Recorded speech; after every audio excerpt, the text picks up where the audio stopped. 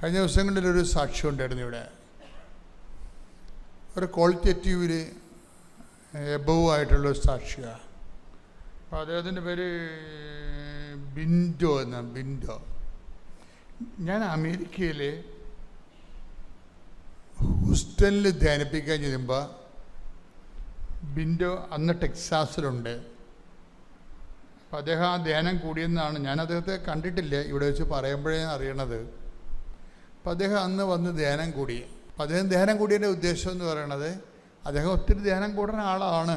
അപ്പോൾ അങ്ങനെ ധ്യാനം കൂടുമ്പോൾ സ്വാഭാവികമായിട്ട് ജീവിതത്തിനൊരു നവീകരണം വരിക എന്നുള്ള ഉദ്ദേശത്തിലാണ് എല്ലാ കൊല്ലുമ്പോഴും ധ്യാനം കൂടിയിരിക്കുന്നത്. പക്ഷേ ഈ അങ്ങനെ ഉടമ്പടി ധ്യാനമാണ് കൂടിയത്. ഉടമ്പടി ധ്യാനം കൂടിയപ്പോൾ ഈ ബിൻഡോയ്ക്ക് ഒരു പെട്ടെന്ന് അദ്ദേഹത്തിന് ഒരു പ്രത്യാശ കിട്ടി. അപ്പോൾ അദ്ദേഹം ധ്യാനത്തിൽ അത് പറയുന്നുണ്ട്. അതിൻ്റെ പ്രശ്നം പുള്ളിക്ക് 54 വയസ്സുണ്ട്. വൈഫിന് അവിടെ ജോലിയുണ്ട്. ഇദ്ദേഹം ഇപ്പം നാട്ടിൽ നിന്ന് അവിടെ ചെന്നിരിക്കണതാണ്. അപ്പം അദ്ദേഹത്തിന് ഈ 5 മാസമായിട്ടും ജോലി കിട്ടിയില്ല. ജോലി കിട്ടാതിരിക്കാൻ കാരണം നിങ്ങൾക്ക് ഒരാളുടെ ശമ്പളത്തിൽ കാറിൻ്റെ EMI, പിന്നെ ഹൗസിൻ്റെ റെൻറ്റ്, പിന്നെ എല്ലാത്തിനും ബില്ലാണല്ലോ അവിടെ. അപ്പോൾ ഇത് നടന്നു പോകത്തില്ല, ജീവിക്കാൻ പറ്റത്തില്ല. പക്ഷേ വൈഫിന് ജോലി ഉണ്ടെങ്കിലും ചെറിയൊരു ശമ്പളമാണ്. അപ്പോൾ ഇങ്ങനെ വളരെ ഞെരുങ്ങുന്നുണ്ട് ഈ വിഷയത്തിൽ. അപ്പോൾ ഉടമ്പടിയിൽ ഇയാൾ ഈ 50 കമ്പനികൾക്ക് പുള്ളി ഈ റെസ്യൂം കൊടുത്തിട്ടുണ്ട്. 50 കമ്പനികൾക്ക്. ഒരു കമ്പനി ഇയാളെ വിളിക്കണില്ല, ഒരു കമ്പനിയും വിളിക്കണില്ല. അപ്പോൾ എന്താണെന്ന് വെച്ചാൽ കമ്പനികളുടെ സ്പെസിഫിക്കേഷൻ ഇയാളുടെ ഇല്ല. അതാണ് പ്രശ്നം.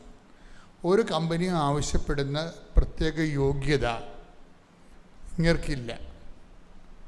അപ്പം അതുകൊണ്ട് ബാക്കടിച്ച് പോവുകയാണ്. 50 കമ്പനി എന്ന് പോയിക്കുമ്പോൾ ഇതേ പണിയാണ് പുള്ളിക്ക്, റെസ്യൂം വിടുക എന്നുള്ളത്.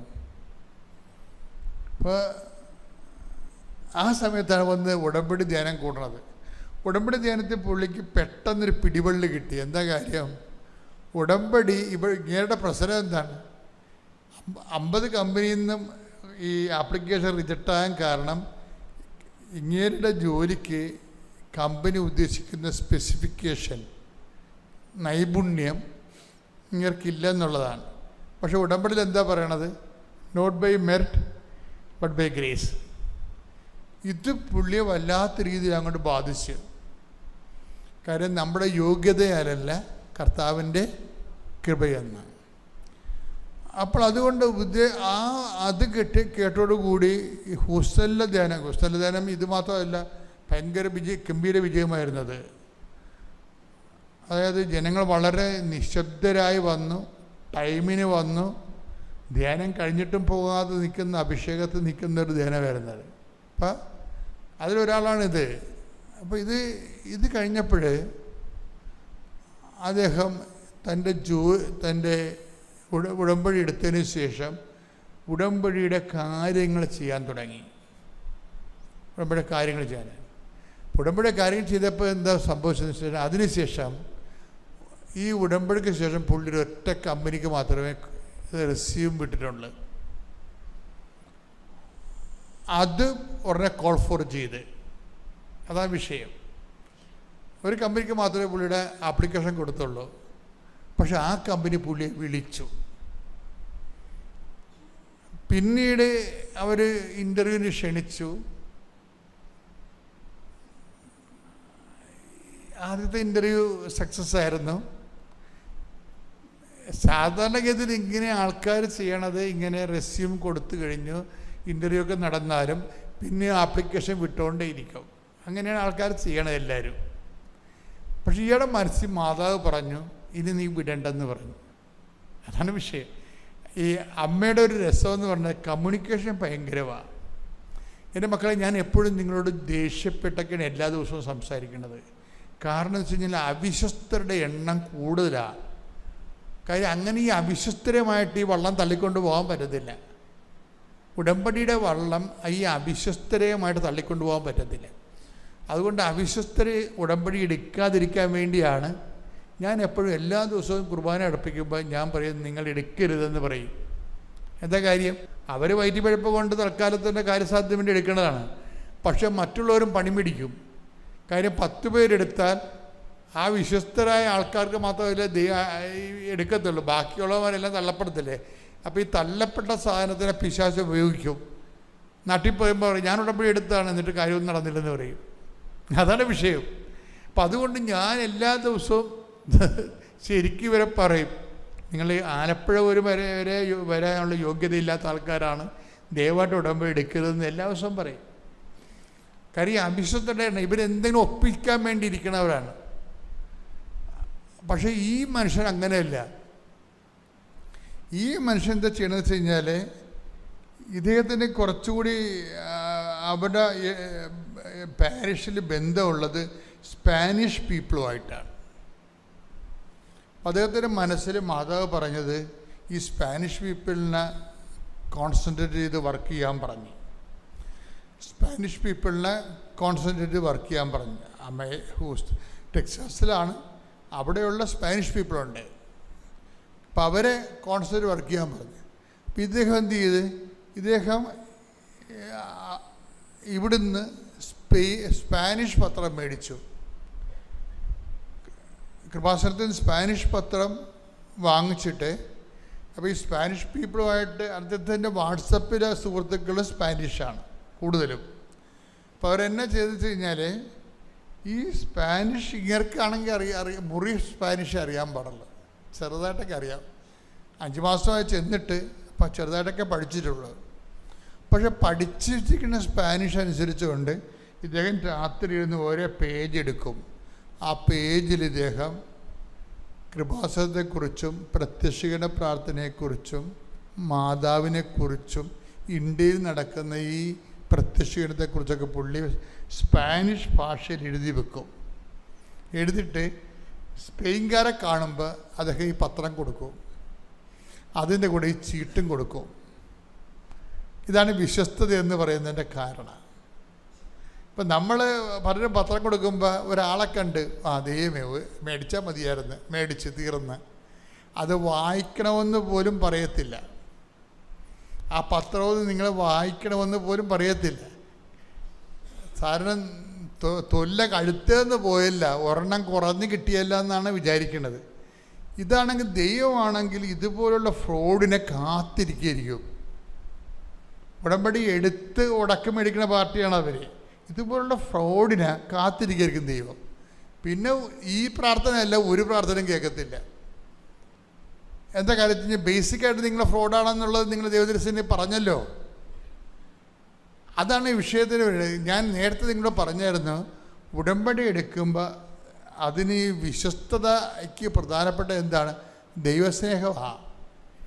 ദൈവസ്നേഹം ഉണ്ടെങ്കിൽ അതിന് വിശ്വസ്തത വേണമെന്ന് നമുക്ക് പ്രത്യേകം പറയേണ്ട കാര്യമില്ല. വിശ്വസ്തത താനേ ഉണ്ടായിക്കൊള്ളൂ, എന്ത് വർക്ക് വേണമെങ്കിലും ചെയ്യും. അപ്പോൾ ഇദ്ദേഹം ഈ നേഴ്സിംഗ് ഹോമില്ലേ, ഓൾഡ് ഏജ് ഹോംസിലൊക്കെ പോകും. അപ്പോൾ ഒരു ജോലിക്ക് പോകുമ്പോൾ അപ്പോൾ ഈ ജോലിയുടെ രസം വെച്ചാൽ ജോലി 2ാമത്തെ ഇൻ്റർവ്യൂ ഉണ്ടായി, 3ാമത്തെ ഇൻ്റർവ്യൂ ഉണ്ടായി. അപ്പോൾ ഇൻ്റർവ്യൂ എല്ലാം സക്സസ് ആയിരുന്നു. ഇൻ്റർവ്യൂ എല്ലാം സക്സസ്സാണ്. അപ്പോൾ വൈഫ് പറഞ്ഞു 3 ഇൻ്റർവ്യൂ ഉണ്ടാകത്തുള്ളൂ സാധാരണ അമേരിക്കയിലെന്ന് പറഞ്ഞ്. അപ്പോൾ എല്ലാം സക്സസ്സായി. അപ്പോൾ ഇയാൾക്ക് ഉടനെ അപ്പോയിൻമെൻറ്റ് കിട്ടും. പക്ഷേ അപ്പോയിൻമെൻറ്റ് കിട്ടിയില്ല. അപ്പോയിൻമെൻറ്റ് കിട്ടിയില്ലെന്ന് പറഞ്ഞിട്ട് കിടാതെ ഇരുന്നിച്ച് അപ്പോഴേക്കത് വിഷമമായി. എങ്ങനെ അപ്പോയിൻമെൻറ്റ്? 4ാമത്തെ ഇൻ്റർവ്യൂവിന് ഇയാളെ വിളിച്ച്. 4ാമത്തെ ഇൻ്റർവ്യൂ വിളിച്ചപ്പോൾ അവർ പറഞ്ഞു, 4ാമത്തെ ഇൻ്റർവ്യൂ അങ്ങനെ വിളിക്കാറില്ല ഒരിക്കലും. അവർ പറഞ്ഞു നിങ്ങളുടെ ഇന്ത്യൻ ഇൻകം അതിൻ്റെ സോഴ്സ് വെളിപ്പെടുത്തണമെന്ന് പറഞ്ഞു. ഇന്ത്യയിൽ നിങ്ങൾക്ക് എന്ത് ഇൻകം ഇപ്പോൾ വരുന്നുണ്ട്, അല്ലെങ്കിൽ ഇന്ത്യയിൽ നിങ്ങൾക്ക് വരുമാന മാർഗം എന്താണ്, അതിൻ്റെ സോഴ്സ് എന്താണെന്ന് പറയണമെന്ന് പറഞ്ഞു. അപ്പോൾ ഇയാൾ പറയണം, ഞാൻ ശരിക്കും പറഞ്ഞാൽ ഈ രഹസ്യം കൊടുത്തപ്പോഴേ ഇന്ത്യയിലുള്ള എനിക്ക് എൻ്റെ വരുമാന മാർഗങ്ങളെക്കുറിച്ച് അങ്ങനെ ആരും പറയാറില്ല, ഞാനും പറഞ്ഞില്ലെന്ന് പറഞ്ഞു. അങ്ങനെ ആരും പറയാറില്ല, ഞാനും പറഞ്ഞില്ല. പക്ഷെ കമ്പനി ചോദിച്ച സ്ഥിതിക്ക് ഞാൻ എൻ്റെ ഓഡിറ്ററിനെ വിളിച്ച് പറഞ്ഞു, ആ ടാക്സ്, ഞാൻ അടക്കുന്ന ടാക്സും ആ അക്കൗണ്ടിൻ്റെ ഇൻകം, എൻ്റെ വരുമാന മാർഗവും അതിൻ്റെ ഫുൾ ഡീറ്റെയിൽസ് തരാൻ പറഞ്ഞു. ഇയാൾ മറച്ചു വെച്ച കാര്യങ്ങൾ വീണ്ടും കമ്പനിക്ക് കൊടുത്തു. ഇത്രയും ഇന്ന ഇൻകം എനിക്ക് കിട്ടണമുണ്ട്, ഇന്ത്യയിൽ നിന്ന് ആ വരുമാനം കിട്ടുന്നുണ്ട്, അതിൻ്റെ ടാക്സ് ഇങ്ങനെ കൊടുക്കുന്നുണ്ട്, അതിൻ്റെ ഡീറ്റെയിൽസ് ഇതാണെന്ന് പറഞ്ഞു. അതിൻ്റെ വിഷയം എന്ന് പറഞ്ഞാൽ അതോടുകൂടി അത് കൊടുത്ത് സെക്കൻഡുകൾക്കുള്ളിൽ പുള്ളി അപ്പോയിൻറ്റഡ് ആയി. ഇതിൻ്റെ വിഷയം എന്ന് പറയണത്, നമ്മളെ ഇപ്പോൾ ഈ ഉടമ്പടി അമ്മയാണ്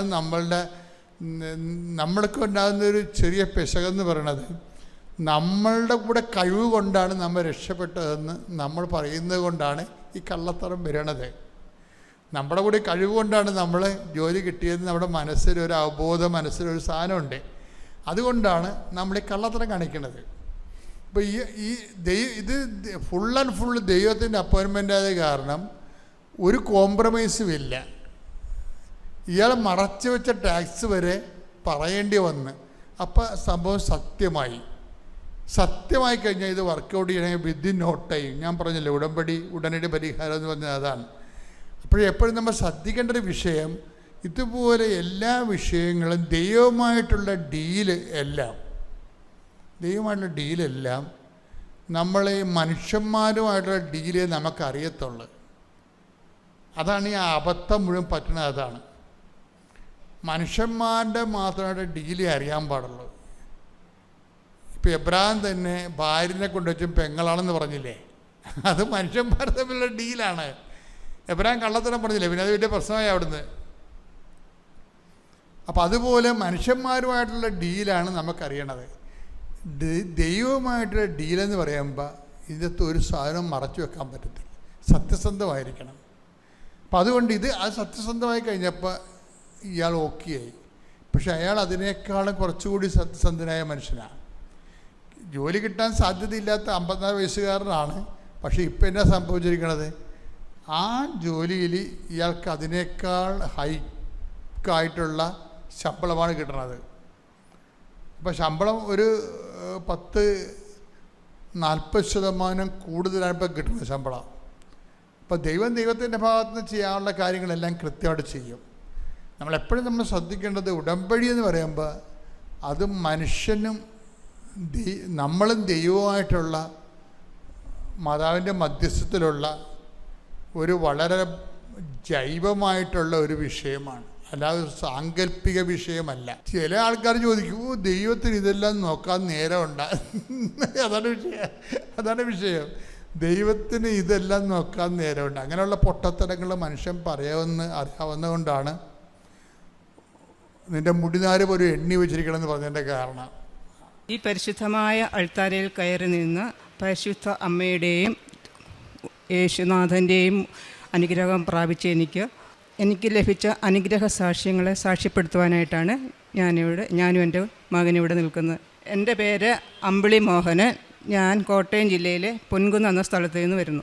ഉടമ്പടി എടുത്ത 2024 ജൂലൈ മാസം 14-ാം തീയതിയാണ് ഞാൻ ആദ്യമായി ഉടമ്പടി എടുത്തത്. അതിനു മുൻപേ ഞാൻ ഒരു തവണ ഇവിടെ വന്ന് പ്രാർത്ഥിച്ച് മാതാവിനെയും യേശുനാഥനെയും പ്രാർത്ഥിച്ചിട്ട് പോവുകയുണ്ടായിട്ടുണ്ട്. ആ ഉടമ്പടി എടുത്ത് എൻ്റെ പരിചയത്തിലൊരു ആൻറ്റി പറഞ്ഞ, അമ്പിളി, എനിക്ക് ഒത്തിരി കഷ്ടപ്പാടുകൾ സഹിച്ച് വളർന്ന ഒരാളാണ്. അപ്പോൾ ആൻറ്റി എന്നോട് പറഞ്ഞു, അമ്പിളി കൃപാസന, ആലപ്പുഴ കൃപാസന എന്നൊരു പള്ളിയുണ്ട്, അമ്പിളി അവിടെ പോയി പ്രാർത്ഥിക്കുക, അമ്പിളിയുടെ കാര്യങ്ങളെല്ലാം മാതാവ് സാധിച്ചു തരുമെന്ന് പറഞ്ഞു. അങ്ങനെയാണ് ഞാനിവിടെ വന്ന് ഉടമ്പടി എടുക്കാനായിട്ട് ഞാൻ തന്നെയാണ് വന്നത്. അപ്പം ആദ്യമായി ഞാൻ ഇവിടെ നിന്ന ഓരോ ആൾക്കാരോട് എനിക്കറിയത്തില്ലായിരുന്നു എങ്ങനെയൊക്കെയാണെന്ന്. അപ്പം ഞാൻ ഓരോരുത്തരോടും ചോദിച്ച് ഞാൻ അങ്ങനെ ഉടമ്പടി എടുത്തു. ഉടമ്പടി എടുക്കാനായിട്ട് അവിടെ കാര്യങ്ങൾ ചെയ്യുന്നത് എനിക്ക് എഴുതാനാണെങ്കിൽ 6 നിയോഗങ്ങളുണ്ട്. പക്ഷേ എഴുതാനാണെങ്കിൽ എനിക്ക് ഒത്തിരി കാര്യങ്ങൾ എഴുതാണ്ട്. പക്ഷേ എന്നാലും ഞാൻ എൻ്റെ 6 നിയോഗങ്ങൾ എഴുതി. അതിൽ പ്രധാനപ്പെട്ട ഒരു കാര്യം എൻ്റെ മകൻ്റെ ജോലിയായിരുന്നു. അവന് ഇൻസ്ട്രുമെൻറ്റേഷൻ എഞ്ചിനീയർ പഠിച്ച് പാസ്സായി ഇരുന്നിട്ടും ഒരു ജോലിക്ക് പല സ്ഥലങ്ങളിലും കയറി ഇറങ്ങി, രാജസ്ഥാൻ, അങ്ങനെ ഗുജറാത്ത്, അങ്ങനെ പല സ്ഥലങ്ങളിൽ. അപ്പം അവിടെ സാലറി എല്ലാം കുറവാണ്. അപ്പോൾ ഞങ്ങൾക്ക് ഒരു വാടകയ്ക്ക് ഞങ്ങൾ 10 വർഷമായിട്ട് വാടകയ്ക്കാണ് താമസിക്കുന്നത്. വാടക കൊടുക്കണം. പിന്നെ ഇവിടെ ഇവൻ്റെ മൂത്തൊരു ഒരു മോളുണ്ട് എനിക്ക്. അപ്പോൾ അവിടെ കല്യാണം നടത്തണം. അപ്പോൾ ഇവനൊരു എൻ്റെ ഭർത്താവ് ഒരു കൂലിപ്പണിയാണ്, ആശാരിപ്പണിയാണ് ഞങ്ങൾ ചെയ്യുന്നത്. അപ്പം ഇവൻ്റെ ഒരു ജോലി കഴിഞ്ഞ് വേണം ഞങ്ങളുടെ കുടുംബങ്ങൾ എനിക്കൊരു വീട് വേണം, മോടെ കാര്യങ്ങൾ നടത്തണം, അങ്ങനെ പല കാര്യങ്ങളും ഉണ്ട്. അപ്പം ഇവന് ഇൻ്റർവ്യൂവിന് ഒന്നും പോകുന്നൊന്നും ശരിയാകുന്നില്ല. അപ്പം ഞാൻ ഉടമ്പടി എടുത്തതിന് ശേഷം ഞാൻ എന്നോട് പറഞ്ഞു, മോനെ നമ്മുടെ കാര്യങ്ങളെല്ലാം അമ്മ സാധിച്ചു തരും. അപ്പം ഞാൻ ഇവന് ഇൻ്റർവ്യൂവിന് പോയ സമയത്ത് എനിക്ക് നേർച്ച വസ്തു കിട്ടിയ കാശ് രൂപം, ഉപ്പ്, ഉടമ്പടി ഉപ്പ് ഇതവൻ്റെ ഞാൻ കൊടുത്തു വിടും. അപ്പോൾ നമുക്ക് അപ്പം ആ കാര്യങ്ങളെല്ലാം ഇവൻ പറയും. അപ്പോൾ ഞാനങ്ങനെ നമുക്ക് ഏജൻറ്റ് മുഖേന പോകാൻ നമുക്ക് പൈസ ഇല്ല. അതുകൊണ്ട് ഇവൻ നേരിട്ട് ഇൻ്റർവ്യൂ ചെയ്ത് അവനെ സെലക്ഷനാക്കി അവൻ ജോലിക്ക് ഇപ്പം അവൻ പോയിട്ട് 1 വർഷമായി. അവൻ അവധിക്ക് വന്നതാണ്. കഴിഞ്ഞ ആഴ്ചയിലാണ് അവന് വന്നത്. അപ്പോൾ ആ വലിയൊരു അനുഗ്രഹം തന്ന എൻ്റെ മാതാവിനും എൻ്റെ യേശുനാഥനും കോടാനുകോടി നന്ദി. പിന്നെ എനിക്ക് എൻ്റെ മുട്ടിന് ഭയങ്കര വേദന, എനിക്ക് നേരെ നടക്കത്തില്ല, മുട്ട് മടക്കിയിരിക്കത്തില്ല. ഒരു പ്രാവശ്യം ഞാനിവിടെ വന്നിട്ട് എനിക്ക് മുട്ടേ ഇരുന്നിട്ട് എനിക്ക് എഴുന്നേക്കാൻ മഴയാഞ്ഞിട്ട് എന്നെ അടുത്തിരുന്ന ആളെന്നെ പിടിച്ചു പൊക്കി എഴുന്നേൽപ്പിച്ചു. പക്ഷേ ഇപ്പം എൻ്റെ ആ മുട്ടിന് വേദന, അത് ഉടമ്പടി തൈലം പുരട്ടി ഉപ്പും കഴിച്ചതിന് ഫലമായിട്ടാണ് എൻ്റെ മുട്ടിന് വേദന മാറിക്കിട്ടിയത്. ഞാൻ എല്ലാ ദിവസവും രാവിലെ ഞാൻ എഴുന്നേറ്റ് രാവിലെ 5:30 അച്ഛൻ്റെ പ്രാർത്ഥന കൂടുന്ന സമയത്ത് ഞാൻ ഇന്ന് നെറ്റിയെ തൈലം പൂശി എൻ്റെ മുട്ടയിലും പുരട്ടി, അങ്ങനെയാണ് എൻ്റെ മുട്ടിന് വേദന പറഞ്ഞത്. എനിക്കെന്ന് പറഞ്ഞാൽ എനിക്ക് ആ മുട്ടിന് വേദന എന്ന് പറയാനില്ല. പക്ഷേ 2 വർഷമായിട്ട് തുടങ്ങിയായിരുന്നു. ഇപ്പം എനിക്ക് ആ മുട്ടിന് വേദന എന്ന് പറയാനേ ഇല്ല. പിന്നെ എൻ്റെ മകളുടെ കല്യാണക്കാര്യം, അന്ന് 10 കല്യാണം എന്ന് പറഞ്ഞാൽ 10 രൂപ പോലും എടുക്കാനില്ല. പക്ഷേ എല്ലാം ഭംഗിയായി എൻ്റെ അമ്മ മാതാവിൻ്റെ ഇടപെടൽ കൊണ്ട് എൻ്റെ കുഞ്ഞിൻ്റെ കല്യാണം നല്ല രീതിയിൽ എന്ന് പറഞ്ഞാൽ എനിക്ക് ഉദ്ദേശിക്കാൻ പോലും പറ്റിയില്ല. അതുപോലെ നല്ല രീതിയിൽ എൻ്റെ കുഞ്ഞിനെ കെട്ടിച്ചു വിട്ടു. പിന്നെ 1 വർഷമായി കല്യാണം കഴിഞ്ഞ്, 1.5 വർഷമായി കല്യാണം കഴിഞ്ഞിട്ട്.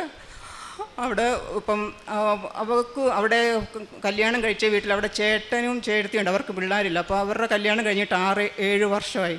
അപ്പം ഇപ്പം എല്ലാവരും ചോദിക്കാനുണ്ടെങ്കിൽ ഇവർക്ക് എന്നാ പിള്ളേരില്ലാത്ത, കുഞ്ഞുങ്ങളില്ലാത്തതെന്ന് എല്ലാവരും ചോദിക്കാൻ തുടങ്ങിയപ്പോൾ ഇവരോട് ചോദിച്ചു കഴിഞ്ഞപ്പം ഇവർ 1 വർഷം കഴിഞ്ഞ് മതി പിള്ളേർ എന്ന രീതിയിൽ നിന്നിട്ടും ഇവരോട് ചോദിക്കാൻ ഇപ്പം അമ്മയെ അവരങ്ങനെ ചോദിക്കുന്നു. ഇപ്പം ഞാൻ പറഞ്ഞു, മോനെ കല്യാണം ഞാൻ അമ്മ മാതാവിനോട് പ്രാർത്ഥിച്ചു, എൻ്റെ കുഞ്ഞിന് ഇങ്ങനെ പ്രാർത്ഥിച്ച അച്ഛൻ്റെ ചൊവ്വാഴ്ചത്തെ ഉടമ്പടി ധ്യാനത്തിൽ പ്രാർത്ഥിച്ചപ്പോൾ ഞാൻ അമ്മയോട് പറഞ്ഞു, അമ്മ മാതാവേ എൻ്റെ കുഞ്ഞിനെ തരണേന്ന് പ്രാർത്ഥിച്ചു. അപ്പം ഇപ്പോൾ അവൾ ഗർഭിണിയാണ്. അപ്പോൾ അമ്മയുടെ കാരുണ്യം അവിടെയും എനിക്കുണ്ടായി. പിന്നെ എനിക്ക് സ്വന്തമായിട്ടൊരു വീടില്ല. 10 വർഷമായിട്ട് ഞങ്ങൾ വാടകയ്ക്കായിരുന്നു താമസിച്ചുകൊണ്ടിരുന്നത്. ഞങ്ങൾക്ക് സ്ഥലവും വീടൊക്കെ ഉണ്ടായിരുന്നു. അതെല്ലാം ഞങ്ങളുടെ പോയതാണ്. പക്ഷേ എൻ്റെ കുഞ്ഞിൻ്റെ ഇപ്പം എൻ്റെ കുഞ്ഞ് ജോലിക്ക് പോയി അവൻ്റെ ശമ്പളം കിട്ടിക്കഴിഞ്ഞ പിന്നെ ഞാൻ 5 സെൻറ്റ് സ്ഥലം വാങ്ങിച്ചു. അത് അമ്മയോട് ഞാൻ എൻ്റെ ഈ ജപമാല റാലിയിൽ പങ്കെടുത്തായിരുന്നു. അന്നേരം അമ്മയോട് പറഞ്ഞു, അമ്മേ ഞാൻ തിരിച്ച് വീട്ടിൽ വരുന്നതിന് മുമ്പ് അമ്മ എനിക്കൊരു അടയാളം കാണിച്ചു തരണം. പക്ഷേ ഞാൻ പിറ്റേ ദിവസം തന്നെ എനിക്ക് സ്ഥലത്തിനുള്ള അഡ്വാൻസ് ഞാൻ കൊടുക്കേണ്ടി വന്നു. ഒരാൾ ഇങ്ങോട്ട് വന്ന് പറഞ്ഞു, ഒരു 5 സെൻറ്റ് സ്ഥലം കൊടുക്കാനുണ്ട്, നോക്കുന്നതെന്ന് ചോദിച്ചു. പക്ഷേ ഞങ്ങൾ ഉദ്ദേശിക്കുന്നതിലും വില ഞങ്ങൾക്ക് ആ സ്ഥലം കിട്ടി. മിനിഞ്ഞാന്നാറ് ഞങ്ങളുടെ സ്ഥലത്തിൻ്റെ ആധാരം നടന്നത്. എൻ്റെ അമ്മ മാതാവ് എൻ്റെ യേശുനാഥനും തന്ന അനുഗ്രഹങ്ങൾ മാത്രം. ഞാൻ എവിടെ വേണേലും ഞാൻ എവിടെ പോയാലും എൻ്റെ കയ്യിൽ കാശ് രൂപമുണ്ട്. പിന്നെ എൻ്റെ വീട്ടിലിപ്പോൾ എൻ്റെ കുഞ്ഞുമക്കളുണ്ട്. മൂത്ത മകൾക്ക് 2 കുഞ്ഞുമക്കളുണ്ട്. അവർക്കും എന്തെങ്കിലും ജലദോഷമോ പനിയോ എന്തെങ്കിലും വന്നാൽ ഞാൻ പറയും, ഞാൻ ഉപ്പിടും തേനും ഉപ്പും എല്ലാം കാശ് രൂപം എല്ലാം അവർക്ക് എല്ലാവർക്കും കൊണ്ട് കൊടുക്കും. ഞാൻ പറഞ്ഞു, മോനെ എന്തെങ്കിലും അസുഖം വരുമ്പോൾ ആദ്യമേ ഞാൻ പറയും, മോനെ ഉപ്പ് എടുത്തതാണ് വിശ്വാസപ്രമാണം. അവർക്ക് പിള്ളേരെ വരെ അവൾ വിശ്വാസപ്രമാണം അവൾ പറഞ്ഞു പഠിപ്പിക്കും. അതുപോലെ തന്നെ എൻ്റെ വീട്ടിലെ എല്ലാവരും ഇപ്പം അമ്മ മാതാവിന് യേശുനാഥൻ്റെയും രാവിലെ പ്രാർത്ഥിക്കും. ഞാൻ സമയത്ത് എൻ്റെ ചേട്ടൻ പോലും ഭയങ്കര ഹിന്ദു വിശ്വാസിയായിരുന്നു. എൻ്റെ ചേട്ടൻ പോലും ഞാൻ കൂടെ ഇരുന്ന് ഞാൻ പ്രാർത്ഥിക്കുന്ന സമയത്ത് എൻ്റെ കൂടെ വന്നിരിക്കും. എൻ്റെ കുഞ്ഞാണ്, എൻ്റെ മോന്, അവൻ്റെ കാര്യങ്ങൾ അവൻ പറയും. എൻ്റെ പേര് അനന്തു, ഞാൻ ഇൻസ്ട്രുമെൻ്റ് എഞ്ചിനീയറാണ്. ഞാൻ 2022 എഞ്ചിനീയറിംഗ് പാസ്സാവുന്നത്. അത് കഴിഞ്ഞ് 2 വർഷത്തോളം ഞാൻ ഇന്ത്യയിൽ തന്നെ വർക്ക് ചെയ്ത്. പക്ഷേ എൻ്റെ എയിം തന്നെ എങ്ങനെയെങ്കിലും ഗൾഫിൽ പോവുക, പൈസ ഉണ്ടാക്കുന്നതായിരുന്നു. പക്ഷേ അങ്ങനെ ഇൻ്റർവ്യൂകളൊന്നും വരുന്നില്ല. ഒരു പർട്ടിക്കുലർ ടൈമിൽ പെട്ടെന്നൊരു ഇൻ്റർവ്യൂ, മൾട്ടിനാഷണൽ കമ്പനി ഇൻ്റർവ്യൂ വന്നു. പക്ഷേ എനിക്ക് ഭയങ്കര ഓവർ കോൺഫിഡൻസ് ആയിരുന്നു. ഞാൻ പോയാൽ കിട്ടും എന്നുള്ളൊരു ഭയങ്കര കോൺഫിഡൻസ് ആയിരുന്നു. ഞാൻ അങ്ങനെ എറണാകുളത്ത് ഇൻ്റർവ്യൂ പോയി. ഞാൻ മൊത്തം 10 പേര്, ആദ്യമൊരു മൊത്തം 10-20 പേർ ഇരിപ്പുണ്ട്. അതിനകത്ത് സെക്ഷനായിട്ട് വിളിച്ചുകൊണ്ടിരിക്കുക. ആദ്യമൊരു 10 പേരെ വിളിച്ച്, ഞാനിരിക്കുന്നത് 9ാമത്തെ സീറ്റിലാണ് ഇരിക്കുന്നത്. അങ്ങനെ 8 പേര് ഇൻ്റർവ്യൂ കഴിഞ്ഞു. ആരൊക്കെയോ പാസ്സായി, ആരൊക്കെയോ ഫെയിലായി, അതൊന്നും എനിക്ക് ഓർമ്മയില്ല. എൻ്റെ സെക്ഷൻ വന്ന് തൊട്ട് 8ാമത്തെ ആൾ വിളിച്ചപ്പോഴത്തേന് എനിക്ക് പെട്ടെന്ന് ടെൻഷനായി. ഭയങ്കര വിറയ്ക്കുന്നു, എന്താണെന്നറിയത്തില്ല, ഭയങ്കരമായൊരു സിറ്റുവേഷനായി. അപ്പോൾ അടുത്ത എന്നെ വിളിച്ചു, എൻ്റെ പേര് വിളിച്ച് സെൽഫ് ഇൻട്രൊഡക്ഷൻ പറഞ്ഞപ്പോൾ തന്നെ പുള്ളിക്ക് മനസ്സിലായി എന്നെ കൊണ്ട് പറ്റത്തില്ലെന്ന്. അങ്ങനെ എൻ്റെ കഴിഞ്ഞ് പൊക്കോളം പറഞ്ഞു, വെയിറ്റ് ലിസ്റ്റാണെന്നും പറഞ്ഞു. പക്ഷേ അപ്പോഴെനിക്ക് മനസ്സിലായി കിട്ടത്തില്ലെന്ന്. ഞാനത് ഉപേക്ഷിച്ച് പോയി. അങ്ങനെ 3-4 മാസം പിന്നെയും വീട്ടിൽ ഇരുന്നു. അത് കഴിഞ്ഞ് വേറൊരു ഇൻ്റർവ്യൂ വന്നു, ഖത്തറിലോട്ടുള്ള. അതിൻ്റെ ഇൻ്റർവ്യൂ അറ്റൻഡ് ചെയ്തു. പക്ഷെ അതിൻ്റെ ഒരു പ്രശ്നം എന്ന് വെച്ചാൽ അത് 5 വർഷം കോൺട്രാക്റ്റ് ഉണ്ട്. എൻ്റെ ഓരോ സീനിയേഴ്സ് അവിടെ വർക്ക് ചെയ്യുന്നുണ്ട്. പക്ഷേ അവർ പറയുന്നു, എടാ വേറെ എവിടെയും കിട്ടിയില്ലെങ്കിൽ മാത്രം അവിടെ വന്നാൽ മതി, അത്രയും ബെറ്റർ കമ്പനി അല്ല, നീ വേറെ കിട്ടിയില്ലെങ്കിൽ മാത്രം വന്നാൽ മതി എന്ന് പറഞ്ഞു. ഞാനവിടെ പാസ്പോർട്ടും കൊടുത്ത് എല്ലാം കഴിഞ്ഞ് തിരിച്ച് വീട്ടിൽ വന്നു. പക്ഷേ അവർ വിളിക്കുന്നില്ല, വിസ വന്നില്ല എന്ന് പറഞ്ഞുകൊണ്ടിരുന്നിട്ട് വിളിക്കുന്നേ ഇല്ല. അങ്ങനെ എന്താ ചെയ്യേണ്ടതെന്ന് അറിയാതിരുന്ന സമയത്ത്, പക്ഷേ ഞാൻ ആദ്യം പോയ കമ്പനി അടിപൊളി കമ്പനിയായിരുന്നു. എൻ്റെ സീനിയേഴ്സ് വർക്കിംഗ് ചെയ്യുന്നുണ്ട്, അവരെല്ലാം പറഞ്ഞിട്ട് ബെറ്റർ കമ്പനിയാണ്, ഇവിടെ വന്നു കഴിഞ്ഞാൽ നിനക്ക് ഗ്രോത്ത് ഉണ്ട്, സോ നീ നോക്കെന്ന് പറഞ്ഞു. പക്ഷേ ആ കമ്പനി കിട്ടിയില്ല. സെക്കൻഡ് കമ്പനിയിൽ പോയിട്ടും കാര്യമില്ല, പക്ഷേ ഞാൻ കൊടുത്തു. ഇങ്ങനെ ഇരുന്ന സമയത്താണ് ആദ്യത്തെ കമ്പനി പിന്നെയും ഇൻ്റർവ്യൂ വന്നു. അപ്പോൾ എനിക്കൊരു കോൺഫിഡൻസ്, പോയി നോക്കാം. പക്ഷേ പാസ്പോർട്ട് ഓൾറെഡി ഞാൻ 2ാമത്തെ കമ്പനി സബ്മിറ്റ് ചെയ്തായിരുന്നു. അപ്പം ഞാൻ അവരെ വിളിച്ച് ചോദിച്ചു. ശരിക്കും അങ്ങനെ തരത്തില്ല, അവർ ഓൾറെഡി സബ്മിറ്റ് ചെയ്ത് കഴിഞ്ഞാൽ പിന്നെ അവർ തിരിച്ച് തരത്തില്ല. അതൊരു ഏജൻസിയും കൂടെ ആയിരുന്നു. അപ്പോൾ ഞാൻ ചോദിച്ച്, മാഡം തിരിച്ചു തരാമോ ഇങ്ങനെ. അപ്പോൾ അവർ പെട്ടെന്ന് തന്നെ പറഞ്ഞു, കുഴപ്പമില്ല വെച്ചോ, ഞാൻ വിസ വരുവാണെങ്കിൽ വിളിച്ചോളാം, അതുവരെ പാസ്പോർട്ട് വെച്ചോളാം പറഞ്ഞു. ഞാനപ്പോൾ പെട്ടെന്ന് തന്നെ പോയി പാസ്പോർട്ട് മേടിച്ച് ഈ കമ്പനി പോയി. ഈ കമ്പനി പോകുമ്പം അമ്മ ഉടമ്പടി എടുത്തിട്ടുണ്ടായിരുന്നു. അമ്മയുടെ ഉടമ്പടിയിൽ അമ്മ എഴുതിയിട്ടുണ്ടായിരുന്നു എൻ്റെ ഗൾഫിൽ പോകുന്ന കാര്യം. അമ്മ അപ്പം എൻ്റെ ഒരു പേപ്പറിൽ ഉപ്പും കാശ് രൂപവും തന്നിട്ടുണ്ടായിരുന്നു. ഞാനത് പേഴ്സ് വെച്ചിട്ടുണ്ടായിരുന്നു. അപ്പോൾ അമ്മ പറഞ്ഞിട്ട് നീ കയറി ചെല്ലുന്ന സമയത്ത് എവിടെയെങ്കിലും ഇരിക്കുന്ന സമയത്താണെങ്കിൽ കുറച്ച് ഉപ്പ് ഇങ്ങനെ നിലത്തിട്ടു എന്നിട്ട് നീ പ്രാർത്ഥിക്കണം എന്ന് പറഞ്ഞു. അപ്പോൾ ഞാനത് കുറേ വെയിറ്റിംഗ് റൂമുണ്ട്, ഒരു 10-200 പേര് ഇരിക്കുന്ന കുറേ സീറ്റ് ഇരിക്കുന്ന ഒരു വെയിറ്റിംഗ് റൂമുണ്ട്. അവിടെ പോയിട്ട് എനിക്ക് ആകെപ്പാടെയും നന്മ നിറഞ്ഞു പറയുമ്പോൾ മാത്രമേ എനിക്ക് അറിയത്തുള്ളൂ, വേറെ പ്രാർത്ഥനയൊന്നും ശരിക്കും അറിയത്തില്ല. ഞാനത് പ്രാർത്ഥിച്ചിട്ട് കുറച്ച് ഉപ്പെടുത്ത് ഇങ്ങനെ ചെറുതായിട്ടും തൂക്കിയിട്ട് കാശുരൂപം കൈ വിചരിച്ചിട്ട് ഞാൻ ഇങ്ങനെ പ്രാർത്ഥിച്ചു, മാതാവേ കൂടുണ്ടായിരിക്കണേ, ഒന്ന് വന്ന് ഫെയിലായതാണ്, ഇനി ഫെയിലായി കഴിഞ്ഞാൽ വേറെ വഴിയൊന്നുമില്ല, ഓൾറെഡി ഉള്ള ജോലിയെല്ലാം കളഞ്ഞിട്ടാണ് വന്നിരിക്കുന്നത് ഗൾഫിന് പോകാൻ വേണ്ടി, ഇതോടെ കിട്ടിയില്ലെങ്കിൽ പ്രശ്നമാകും എന്ന് ഞാനിങ്ങനെ മാതാവിനോട് പറഞ്ഞു. അപ്പോൾ ഞാനത് ഈ ലെഫ്റ്റ് സൈഡിൽ പോക്കറ്റിൽ കാശുരൂപ ഇട്ടിട്ട് ഞാൻ കയറി ചെന്നു കഴിഞ്ഞപ്പം മൊത്തം 10 പേരിരിക്കുക. 10 പേരിൽ പഴയ പോലെ തന്നെ 9ാമത്തെ നമ്പർ സീറ്റ് എനിക്ക് കിട്ടി. ബാക്കി മൊത്തം 10 പേര് എൻ്റെ നമ്പർ വന്നു. ഞാൻ ഭയങ്കര അപ്പം കോൺഫിഡൻ്റ് ആയിരുന്നു. ഞാൻ കയറി ചെന്ന് സെൽഫ് ഇൻട്രൊഡക്ഷൻ പറഞ്ഞു, ഓക്കെ. പക്ഷെ പുള്ളി കൂടുതൽ ക്വസ്റ്റ്യൻ തന്നെ, ബാക്കിയുള്ളവരോട് നല്ല ക്വസ്റ്റ്യൻ ചോദിക്കുന്നുണ്ട്, എന്നോട് വലിയ ക്വസ്റ്റ്യൻ ചോദിക്കുന്നില്ല. ജസ്റ്റ് സെൽഫ് ഇൻട്രൊഡക്ഷൻ, കുറച്ച് സേഫ്റ്റി ക്വസ്റ്റ്യൻ, അങ്ങനെ കുറച്ച് കാര്യങ്ങളൊക്കെ ചോദിക്കുന്നുള്ളൂ. അപ്പോൾ പുള്ളി ഓക്കെ യു സെലക്റ്റഡ് എന്ന് സൈൻ ഇട്ടു. അപ്പോൾ ഞാൻ പെട്ടെന്ന് എന്താണെന്ന് അറിയത്തില്ല. പക്ഷേ പോയ 10 പേരിലും 4 പേരെ സെലക്ട് ആയിട്ടുള്ളൂ, 6 പേര് അപ്പോഴും ഫെയിലാണ്. അതും എനിക്കൊരു അത്ഭുതം തന്നെയായിരുന്നു. എൻ്റെ കയ്യിൽ അന്ന് കാശുരൂപ ഇല്ലായിരുന്നെങ്കിൽ അതും ഫെയിലായിരുന്നു ഞാനെന്ന്. പക്ഷേ എന്തോ ഒരു അത്ഭുതം അന്നുണ്ടായി, ഞാൻ രക്ഷപ്പെട്ടു അവിടുന്ന്. മീൻസ് ഇവിടെ മാത്രമല്ല എനിക്ക് ഇൻ്റർവ്യൂ, എനിക്ക് മെഡിക്കലും കഴിഞ്ഞു, വിസ എല്ലാം കിട്ടി ഞാൻ അബുദാബി ചെന്നു. അവിടെ ഞങ്ങൾക്ക് ക്ലയൻറ്റ് ഇൻ്റർവ്യൂ ഉണ്ട്. ഇവിടുത്തെ ഇൻ്റർവ്യൂ മാത്രമല്ല, അവിടെ ക്ലയൻറ്റ് ഇൻ്റർവ്യൂ ഉണ്ട്. ആ ക്ലയൻറ്റ് ഇൻ്റർവ്യൂ പാസ്സായാൽ മാത്രമേ ഞങ്ങൾക്ക് അവിടെ ഓതറൈസേഷൻ വർക്ക് എടുത്ത് ചെയ്യാനുള്ള ഓതറൈസേഷൻ കിട്ടത്തുള്ളൂ. അവിടെ ചെന്ന് കഴിയുമ്പോഴും അതൊരു പ്രശ്നമാണ്. അവിടെ ചെന്ന് ഞങ്ങൾ 7 പേരാണ് ചെല്ലുന്നത്. അവിടെ ചെന്ന് കഴിഞ്ഞ് ബാക്കി 6 പേരോട് ചോദിച്ച് എന്നോട് വന്നപ്പോൾ എല്ലായിട്ട് കോർ ക്വസ്റ്റ്യൻ ചോദിച്ചൊന്നുമില്ല. എന്നോട് കുറച്ച് സേഫ്റ്റി ക്വസ്റ്റ്യൻസും അങ്ങനത്തെ ക്വസ്റ്റ്യൻസ് ചോദിച്ചിട്ട് പിന്നെ കുറച്ച് ടാസ്ക് വന്നു ചെക്ക് ചെയ്യാനൊക്കെ. അതെല്ലാം ഈസി ആയിരുന്നു. അതെല്ലാം ചെയ്തതും പാസ്സായി. ഒറ്റ അറ്റംപ്റ്റിൽ തന്നെ പാസ്സായി. ടോട്ടൽ 3 അറ്റംപ്റ്റ് ഉണ്ട്. ഫസ്റ്റ് അറ്റംപ്റ്റ് തന്നെ പാസ്സായി. അങ്ങനെ ഓതറൈസേഷനും കിട്ടി, ജോലിക്ക് ജോയിൻ ചെയ്തു. ഇതാണ് എൻ്റെ ഒരു അത്ഭുതം. ഈ ഒരു അത്ഭുതം തന്നെ എൻ്റെ ഒരു ഫ്രണ്ടിന് ഹെൽപ്പ് ചെയ്തിട്ടുണ്ട്. അതെങ്ങനെയാണെന്ന് വെച്ചാൽ ഞങ്ങൾക്ക് ടോട്ടൽ 3 അറ്റംപ്റ്റാണ് ഉള്ളത്. 3 അറ്റംപ്റ്റും പാസ്സായില്ലെങ്കിൽ ഞങ്ങൾ അവിടുന്ന് റിജക്റ്റ് ചെയ്യും, തിരിച്ച് നാട്ടിലോട്ട് അയക്കും. എൻ്റെ ഒരു കൂട്ടുകാരുണ്ട്, പാലക്കാടുകാരനാണ്, പേരും പറയുന്നില്ല. അവന് 3 അറ്റംപ്റ്റും ഫെയിലായി. അവന് ഇനി നാട്ടിൽ പറഞ്ഞു വിടുമെന്ന് പറഞ്ഞിട്ടിരിക്കുമ്പോൾ പെട്ടെന്നൊരു എടാ ഒരു ഇൻ്റർവ്യൂ ഉണ്ടെന്ന്. അപ്പം അവൻ എന്നോട് പറഞ്ഞു, എടാ എന്താ ചെയ്യുക, ഒരു രക്ഷയിൽ ഇനി നാട്ടിൽ പോയി കഴിഞ്ഞാൽ നാണക്കേട് വന്നു പറഞ്ഞു. അപ്പോൾ എൻ്റെ പോക്കറ്റിൽ, എൻ്റെ പേഴ്സിൽ ഞാൻ പേപ്പറിൽ പൊതിഞ്ഞിട്ടൊരു ഉപ്പും കാശ് രൂപ എപ്പോഴും പോക്കറ്റ് വെച്ചിട്ടുണ്ട്. ഞാനെടുത്തത് അവൻ്റെ പോക്കറ്റിൽ ലെഫ്റ്റ് സൈഡിൽ പോക്കറ്റ് ഇട്ട് പറഞ്ഞു, എടാ നീ ഇനി ഇതും കൊണ്ട് പോകും, ഇനി നീ നോക്കുക, നിന്നോടും ചോദിക്കത്തില്ലെന്ന് പറഞ്ഞു. പക്ഷെ അവന് ക്വസ്റ്റ്യനും എല്ലാം അറിയാം, ആൻസർ എല്ലാം അറിയാം. പക്ഷെ അവന് വെപ്രാളാണ്, ബബ്ബാന്ന് വെച്ചുകൊണ്ടിരിക്കും, ഭയങ്കര വെപ്രാളാണ്. അതാണ് പ്രശ്നം. അവനതുകൊണ്ട് ഇൻ്റർവ്യൂ പോയി, അവന് പാസ്സായി കഴിഞ്ഞിട്ട് അവനോട് പറഞ്ഞു, നീ എന്താ എനിക്ക് തന്നേന്ന് ചോദിച്ചുകൊണ്ടിരിക്കും. എന്താ നീ തന്നത്, അതെനിക്കും വേണം എന്ന് പറഞ്ഞു. എത്ര പൈസ വേണം തരാൻ പറഞ്ഞു. ഞാൻ പൈസ അല്ലടാ, അതൊരു കാര്യം എന്ന് പറഞ്ഞിട്ട് ഞാൻ കാര്യം അവന് പറഞ്ഞെടുത്തു. അവൻ പറഞ്ഞു, തിരിച്ച് നീ നാട്ടിൽ പോയി ലീവിന് വന്നാണ്, തിരിച്ച് നീ വരുമ്പോൾ എനിക്കും ഇതുപോലെ ഒരെണ്ണം തരണം, എത്ര പൈസ കുഴപ്പമില്ല, ആ പൈസ ഒന്നുമില്ല, ഞാൻ കൊണ്ടു തരാടാന്ന് പറഞ്ഞു. ഇതാണ് എൻ്റെ ലൈഫിൽ നടന്ന അത്ഭുതമാണ്. മാതാവിനോട് എന്തെങ്കിലും ഞാൻ നന്ദി രേഖപ്പെടുത്തും.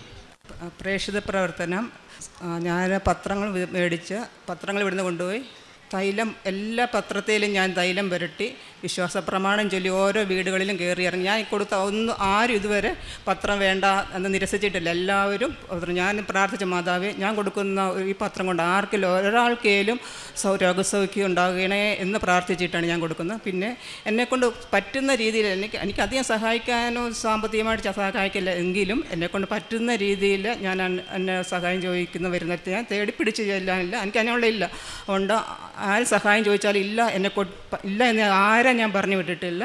പിന്നെ ആശുപത്രിയിൽ ഞാൻ ചോറും പൊതി ഉണ്ടാക്കിക്കൊണ്ട് കൊടുക്കാൻ എന്നെക്കൊണ്ട് പറ്റിയിട്ടില്ല. അതുകൊണ്ട് ഞാൻ വാങ്ങിച്ച് പോകുന്ന സമയങ്ങളെല്ലാം ചോറ് പൊതി വാങ്ങിച്ച് പൊതിച്ചോറ് കൊടുക്കാറുണ്ട്. പിന്നെ എൻ്റെ അടുത്തുള്ളൊരു ചേച്ചിക്ക് ഒരു അപ്പച്ചനുണ്ട്, അപ്പച്ചന് ക്യാൻസറുള്ള അപ്പച്ചൻ്റെ അടുത്ത് ഞാൻ ഇടയ്ക്ക് പോവുകയും അപ്പച്ചന് വേണ്ട സഹായം ചെയ്തു കൊടുക്കുകയൊക്കെ ചെയ്യാറുണ്ട്. പിന്നെ എനിക്ക് തന്ന എല്ലാ അനുഗ്രഹങ്ങൾക്കും എൻ്റെ അമ്മ മാതാവിനും യേശുവിനും കോടാനുകോടി നന്ദി. എനിക്ക് ഭയങ്കര ദേഷ്യമുള്ള ഒരാളായിരുന്നു. പക്ഷെ എന്നാ പറഞ്ഞാലും എനിക്ക് പെട്ടെന്ന് ദേഷ്യം വരുന്ന ഒരാൾ. ഇപ്പോൾ എൻ്റെ ആ ദേഷ്യം മാറിപ്പോൾ എന്നെ എല്ലാവരോടും സൗമനസ്യത്തോടെ ഇടപെടാനും ഒക്കെ ഉള്ള ഒരു പ്രത്യേക അനുഗ്രഹം എനിക്ക് കിട്ടിയിട്ടുണ്ട്. ഞാൻ എല്ലാ ദിവസവും കൊന്ത വായിക്കും. ഒരു രാവിലെ കൊന്ത ചൊല്ലും, വൈകുന്നേരം കൊന്ത ചൊല്ലും, ബൈബിള് വായിക്കും. അച്ഛൻ്റെ ടോക്ക് ഞാൻ എല്ലാ ദിവസവും, പിന്നെ നമ്മുടെ സാക്ഷ്യങ്ങൾ എല്ലാ ദിവസവും ഞാനൊരു 3-4 വേലും എല്ലാ ദിവസവും സാക്ഷ്യങ്ങൾ കേൾക്കാറുണ്ട്. പിന്നെ ചൊവ്വാഴ്ചകളിൽ ഈ പ്രാർത്ഥന സമയത്ത്, അച്ഛൻ്റെ പ്രാർത്ഥന സമയത്ത് എന്നെ ആരും ഫോൺ വിളിക്കുന്ന പോലെ എനിക്ക് ദേഷ്യമാണ്. ഞാൻ സൈലൻ്റ് ആക്കി വെച്ചിട്ടാണ് ഞാൻ അത് അച്ഛൻ്റെ പ്രാർത്ഥന കൂടാറുള്ളത്. എനിക്ക് ഇത്രയും അനുഗ്രഹങ്ങൾ തന്ന എൻ്റെ ഈശോയ്ക്കും എൻ്റെ അമ്മയ്ക്കും കോടാനുകോടി നന്ദി. ഇനിയും എൻ്റെ കുടുംബത്തെ അമ്മ കാത്തോളണേ എന്ന് മാത്രമാണ് എൻ്റെ പ്രാർത്ഥന.